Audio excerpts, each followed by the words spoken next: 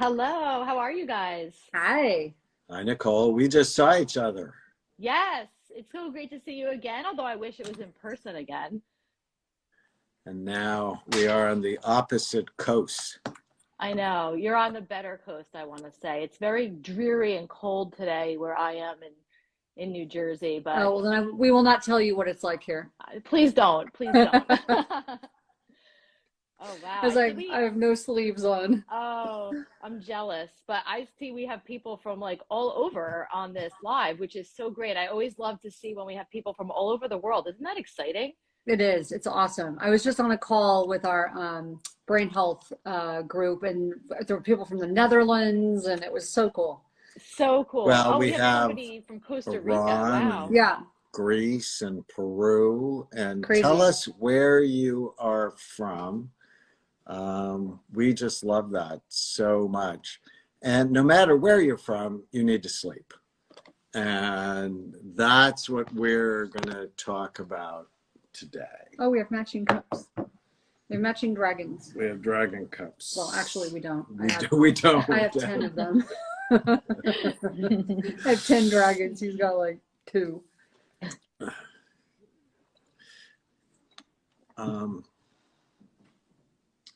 So interesting new research just in the last 6 or 7 years that when people sleep, their brain cleans or washes itself, that actually fluid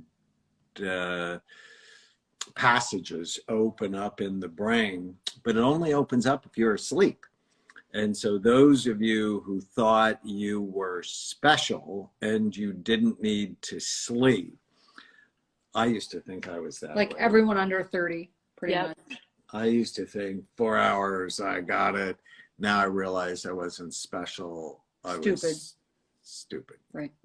I I think you have to like live through it to learn through it, is what I like to say. And I feel like I did the same thing. I was stupid when I was a postdoc, and I thought, oh, it's a waste of time to sleep. I should be Yeah. more productive with my time. I can get more done if I stay up. And now that I am older and wiser, I know that that was not good, and that, sleep is just so beneficial in so many ways, and most people just aren't getting enough of it. Oh boy, when I was working in the trauma unit and the poor residents, oh dear Lord, they didn't get any sleep. This is before the 80-hour thing was passed. Yeah. Oh, So like when I was a like resident? 120 hours a week, right? They'd work 120 hours a week. And I literally see them sometimes not sleep for like 48 hours. They might get, a couple hours. But it was so unhealthy. We saw them, I literally saw 3 residents drop on the floor. One of them started having seizures. And it was just crazy. I mean, that's really dangerous for a surgeon who starts having a seizure disorder, will not be a surgeon ever again. So Yeah. Well, I knew I was going to kill somebody. right. Like I would be up 36 straight hours. They'd expect me to do a procedure. Right. And I'm like, They're like, on what planet is this smart? I had this Right. sense of terror that I lived with for that year. Like, I'm going to hurt someone. Right. This is why you make friends with nurses. Think.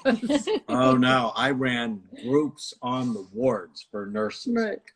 I would do hypnosis groups for anxiety, for weight loss, for smoking, just because I figured the nurses, because they didn't have to But we work would protect you and let 36 you straight sleep. hours. Right. So I was never mean to a nurse because that's just dumb.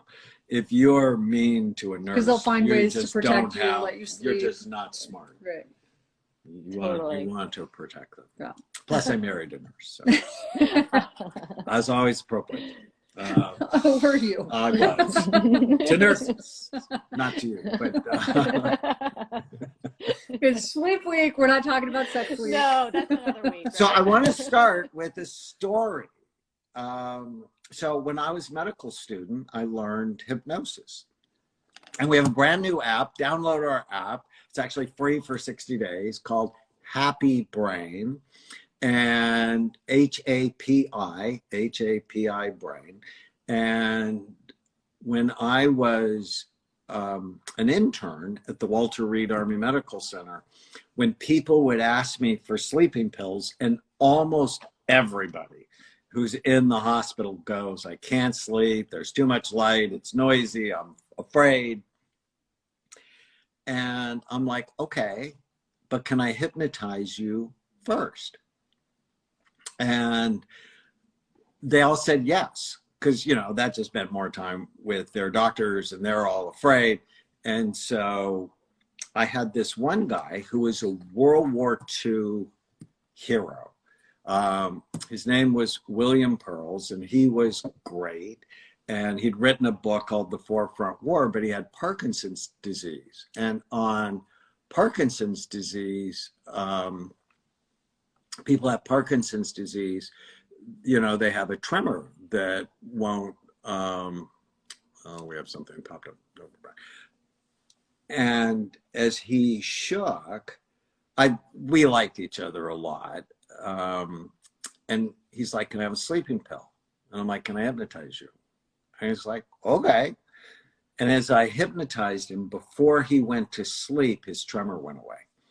And I'm like, and you know, Tana knows me. I'm like a little kid most of the time, always excited. And saying nothing. I got so excited that on rounds the next morning, so I'm on the neurology service, and the neurologist, Dr. Jabari, and there's 8 fellow interns and residents going to bed. And I told Dr. Jabari what happened. And no lie, he rolled his eyes at me. I'm surprised he didn't actually do more than that. I'm surprised he didn't say something very condescending. Like, but that was like, why do I have to put up with these stupid psychiatric interns? And but if you know me, you know I generally have an attitude problem. And I'm like, no, that happened.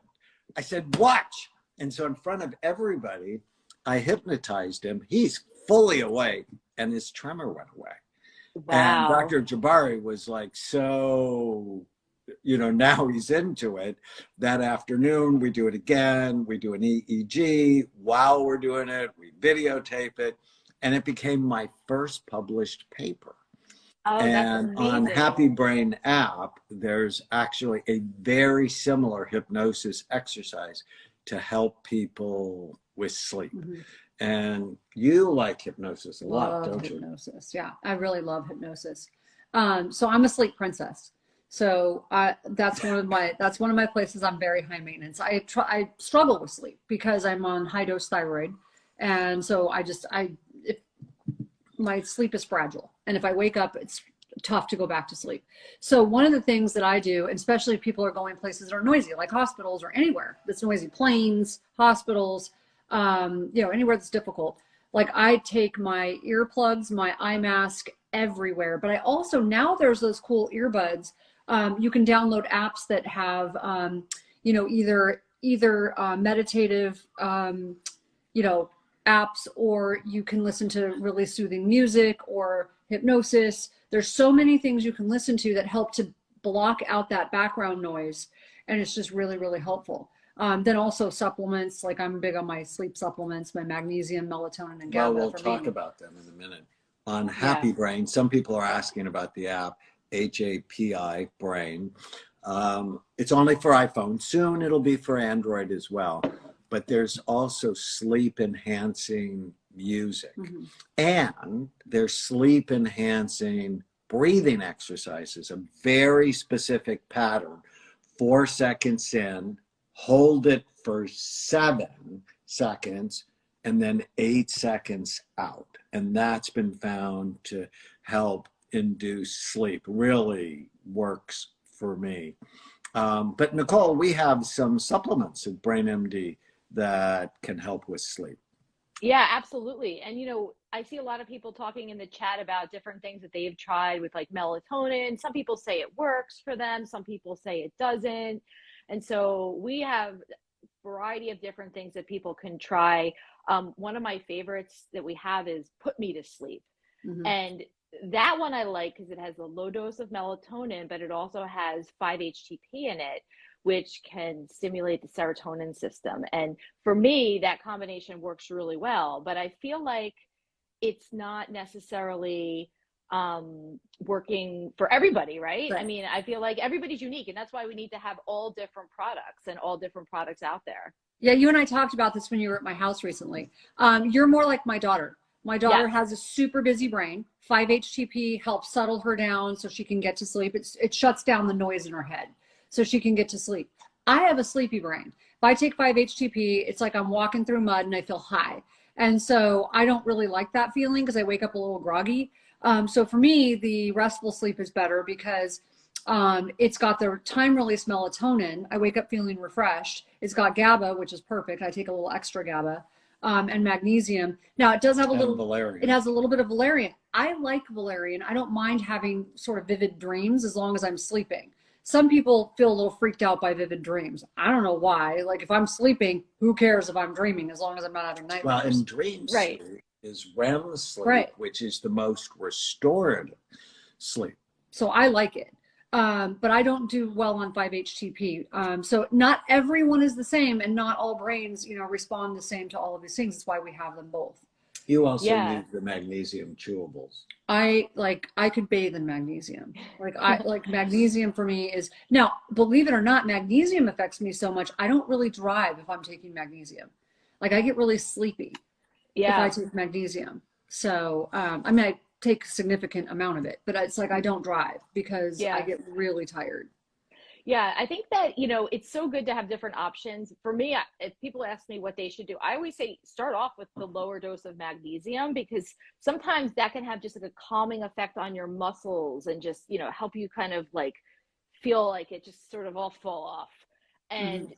if that doesn't work, then there's other options. That's why I think it's important. And, the other thing I love is, how we were talking about how there are so many things you can do besides supplements too. We have, like you were talking about on the app, how you have the sleep tracks, weighted blanket. I mean, Mhm. changing your environment. Tea. It's really a Yeah. holistic approach to getting better sleep, not just really a one size fits all thing.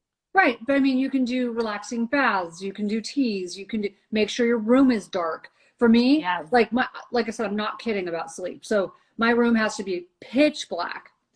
I had to have someone come in and I'm like, every place I found light, I'll walk around with like tape covering like light Yes. sources. Like I'm not kidding. So anything that has a light source is going to get covered.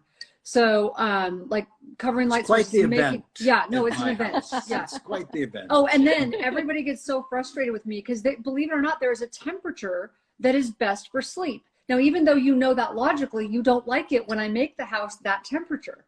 So there is a temperature that supports sleep best, right? She's really pretty, but really inside she's a polar bear. She just like needs it freezing in No, it's order actually to good like for you. be okay. Yeah. And I'm like, No, because it's good for sleep. But But then I like heavy blankets, like the weighted all right. blankets. So That's me sleep too. strategies, sweet. Gotta love it. Make it a priority. This is Yep. so important. Avoid things that hurt it. So light, a warm room, caffeine, and the half-life of caffeine is like 5 hours. So if you just have morning coffee, you still have some of it in your body at night, which may be interfering with your sleep. So way less is better. Exercise at night, eating late at night can disrupt your sleep. So sleep envy, got to care, avoid things that hurt it, and then do things that help it. So cooler, not freezing, but cooler rooms, dark, quiet. And then if you worry, write down your thoughts. Helps you so much. And what I do when I go to bed at night is I say a prayer, and then I go, what went well today?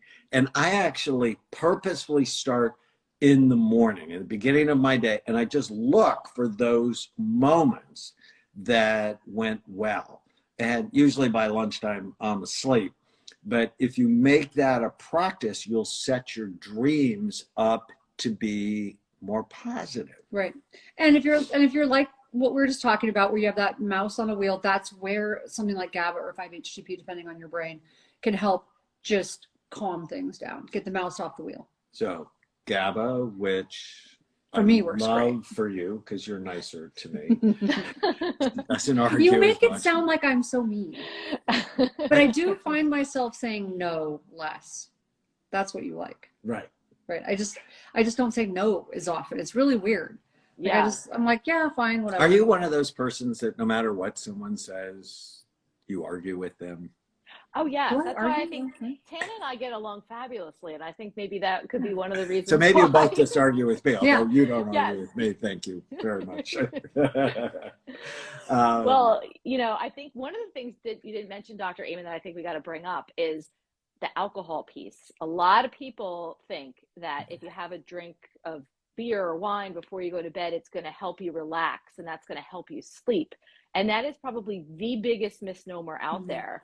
Alcohol is going to, in addition to all the other bad things it does for you, it's actually going to be disruptive to your sleep because the sugar is going to cause your blood sugar to spike and trough. And a lot of times people find that it's waking them up in the middle of the night. So definitely stay away from the alcohol. And it's a big, big no-no if you're having sleep trouble for sure. So 2 negatives do not make a positive. I'm watching these. Yes, we're going to save this.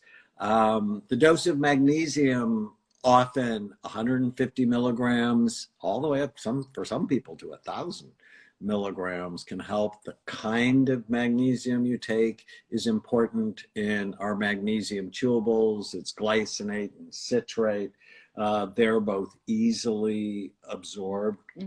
Magnesium oxide, not so much. The alcohol is so important because alcohol is not a health food. It's directly toxic to a number of systems in your brain. It helps promote cancer. And then what about sugar? I know, Nicole, you have a book out on sugar. You have a new one coming next year called Sugarless. I would suspect if your blood sugar drops because you like had a donut right before bed or a brownie or ice cream, that actually can trigger anxiety. Oh, absolutely. And I think a lot of people who are eating a lot of highly processed foods that have lots of added sugars, they often complain about having a hard time falling asleep. So much of it is linked back to added sugar and how that can, promote anxiety. Like you said, it messes with our blood sugar levels, which messes with our insulin levels. It's just this ripple effect that negatively impacts our health. And the thing that I always tell people is, we want to make sure we're doing healthy behaviors that are going to give us more bang for our buck. And so if you cut sugar out of your diet, you're going to see so many benefits, and sleep is going to definitely be one of them too. So people are commenting on your haircut. They like it. I like it too. Thank you. Probably the most important thing you're going to hear us say is you have to make sleep a priority. Yep. Another strategy is after sunset, put blue light blockers on everything that has blue light. So blue light's not bad. We bad, actually right? at BrainMD, we have a bright light therapy box that has both blue and white light. And in the morning, it's amazing. It can actually help be a treatment for seasonal depression. But after dark, if you have a lot of blue light from your phone or your iPad, it turns off the production of melatonin, which then keeps you awake. And so you want to do things that promote melatonin after dark, not suppress it. I guess that was a period, right? Sort of hoping you'd say something. Yeah, it's so true. And, I think one of the things that can be a struggle for a lot of people because so much of our life is on the phone now. And I think this is particularly an issue for younger people. And that can be an issue if you're scrolling through your phone right before you go to bed. Not only is the blue light bad, but I also think it's not allowing your brain to kind of calm down. If you're like looking at social media, doing all this stuff before you go to bed, you're going to take that to bed with you. That's going to be in your mind. And I always think it's a good idea to decompress and detox digitally before you go to bed and, get the phone out of your room. Like a rule in our house is that, The only person that's allowed to have their phone in their bedroom is my husband because he's on call. But everybody else, the phone has to be charging downstairs. And that way you're not getting, disrupted by it or tempted by it. And I think that's a big key. There's a question about blue light glasses. Yes, they can actually be very helpful. And 400 milligrams of magnesium is safe. That's what I You take. know when you have too much magnesium because you get diarrhea. Yeah. Yeah. So It's not gonna don't hurt go you. too high too Yeah. quickly. Yeah, it doesn't hurt you. You just get loose stools. I think that is important. Well, my friend, it's so great seeing you as always. It was really great seeing you in person. Yes. We're going to do absolutely. more of these for the community. Don't forget, next Tuesday, my new book, You Happier, the 7 Neuroscience Secrets of Feeling Good based on your brain type, will be released nationwide. If you go to youhappier.com, you can actually get 5 free gifts, including a bottle of Happy Saffron, one of BrainMD's best-selling products.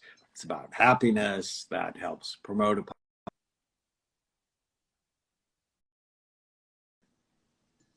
So youhappier.com. I'll put the link in.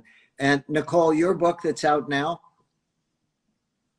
So my book about sugar, if anyone's interested, it's called Why Diets Fail Because You're Addicted to Sugar. And you can find that on Amazon or on my website or wherever books are sold. Also, it's going to be on the BrainMD website soon too. So check that out. Awesome. And then my new book will be out next year. So we'll talk about that closer to when that comes out. We will. I had the opportunity to write the foreword. I'm really happy for you and for all the people that are going to read it. And Tana's book is still out, The Relentless Courage of a Scared Child. You were on a call this morning where a lot of people had read the book and found benefit from. The forgiveness parts, and they thought it was hilarious, the part about how we met. Well, let's close with that. If you're holding a grudge, it's hard to go to sleep. Oh, yeah. We talked about that. So people didn't understand, we talked about why I was telling people it's like one of the number one things people say is that I don't want to forgive them because they don't deserve it. And I'm like, yeah, but do you deserve it? Because when you don't forgive someone, it actually affects you more than it affects them, right? So it actually prevents you from healing. It spikes cortisol. It causes all these hormonal imbalances, and it disturbs your sleep. When you spike cortisol, how many of you have ever woken up in the middle of the night just furious at someone or furious about something? So when you don't forgive, that's what happens, and it's affecting your health. It actually causes people to not heal from burns or from wounds. It affects your heart, diabetes, like all of these different things, cancer.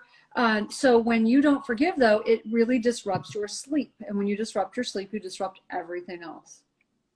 Wow. Yeah. You're so smart. She is. All right, everybody. We hope you have great sleep and a happy day. Bye, Nicole. Thank you. Bye. See you soon.